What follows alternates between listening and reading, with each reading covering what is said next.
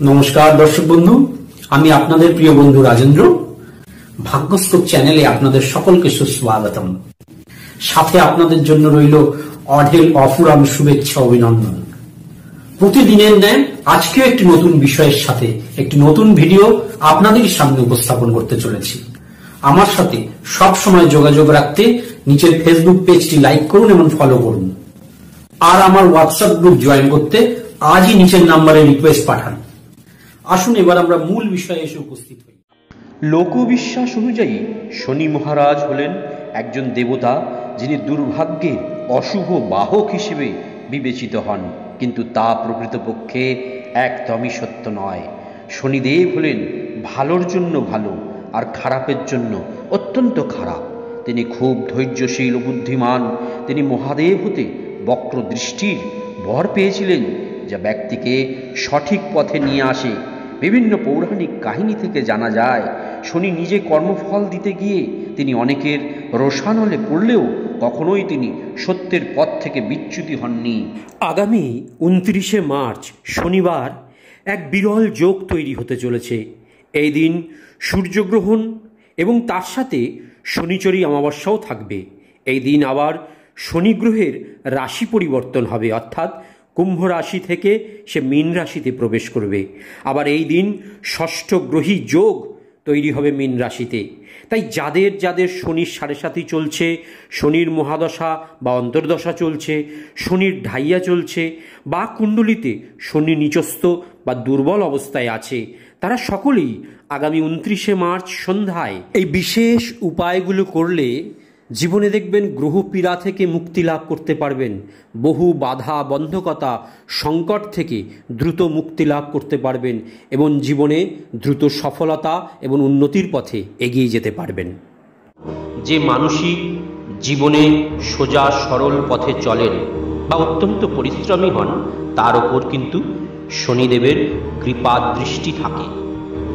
কিন্তু যদি জ্ঞানে বা অজ্ঞানে কোথাও ভুল করা হয়, তাহলে শনির কুদৃষ্টিতে পড়তেই হয়। এই কারণে শনিদেবের নামে সকলেই ভয় পান। প্রথমত, এই শনিবার উপবাস থেকে শনিদেবের যদি পুজো করতে পারেন, খুব ভালো ফল লাভ করতে পারবেন। যদি সম্ভব নাও হয়, অন্তত আজকের দিনে নিরামিষ আহার ভোজন করে সন্ধ্যার পরে শনিদেবের পুজো দিন। শনি মন্দিরে তিলের তেলে প্রদীপ জ্বালান সন্ধ্যার পরে। যে কোনো দরিদ্র ও ধার্মিক মানুষকে শনিবার কিছু খাদ্য দান করুন। শনিবার কালো বস্ত্র বা কালো কম্বল দান করুন। কালো তিল কিছুটা কাপড়ে মুড়ে সন্ধ্যাবেলায় শনি মন্দিরের সামনে নিয়ে গিয়ে পুড়িয়ে ফেলুন। নিজের হাতে তৈরি দই ভাত দুস্থদের মধ্যে দান করুন। শনিবারে যেটুকু সম্ভব অর্থ দান করুন বৃদ্ধ ভিখারীদের, প্রতিবন্ধী ভিখারীদের। শনিবার একটি রুটির মধ্যে অল্প সর্ষের তেল মাখিয়ে কাককে খাওয়ান।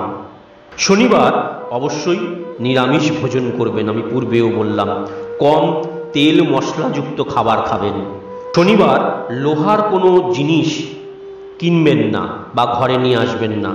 শনিবার দিন শনি মন্দিরে নীল অপরাজিতা ফুল দান করুন। শনিবার দিন সকালে স্নান সেরে শনিদেবের নাম করে অশ্বত্থ গাছের গোড়ায় জল ঢালুন এবং সন্ধ্যাবেলায় প্রদীপ জ্বালুন। শনিবার দিন একটি তামার পাত্রে জল ও কালো তিল মিশিয়ে দেবাদিদেব মহাদেব শনিদেবের গুরু শিবের মাথায় ঢালুন। দেখবেন এই সকল সহজ উপায়গুলো করতে পারলে শনিদেবের কৃপা দৃষ্টি লাভ করতে পারবেন। তাহলে আপনাদের যে কর্মের ফল, সেই কর্মের ফল শনিদেব সঠিকভাবে দেবে।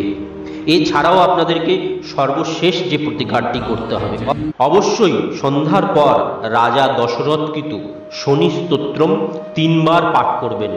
এই রাজা দশরথকৃত শনি স্তোত্রের যে ভিডিও লিঙ্ক আমি এই ভিডিওর নিচে যে ডেসক্রিপশন আছে সেখানে যান, সেখানে পাবেন।